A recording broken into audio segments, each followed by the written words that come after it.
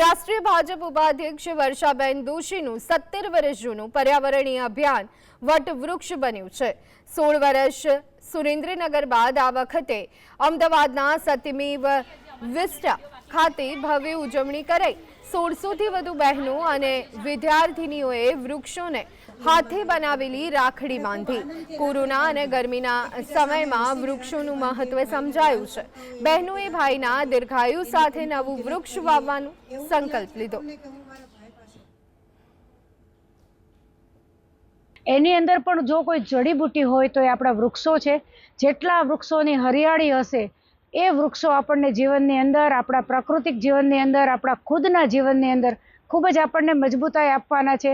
અને આ વૃક્ષોને જો એક ભાઈ બનાવશું, ભાઈને જેમ હૃદયથી પ્રેમ કરીએ છીએ, ભાઈની કાયમ આપણે સલામતી ઈચ્છીએ છીએ, ભાઈનું કાયમ આપણે દીર્ઘાયુ જીવન ઈચ્છીએ છીએ, એવી રીતે આ એક વૃક્ષનું જતન થાય, વૃક્ષ સચવાય અને વૃક્ષને તહેવાર છે। એ બધા જ આપણે જાણીએ છીએ, ભાઈ બહેનના પવિત્ર બંધનનું આ તહેવાર છે।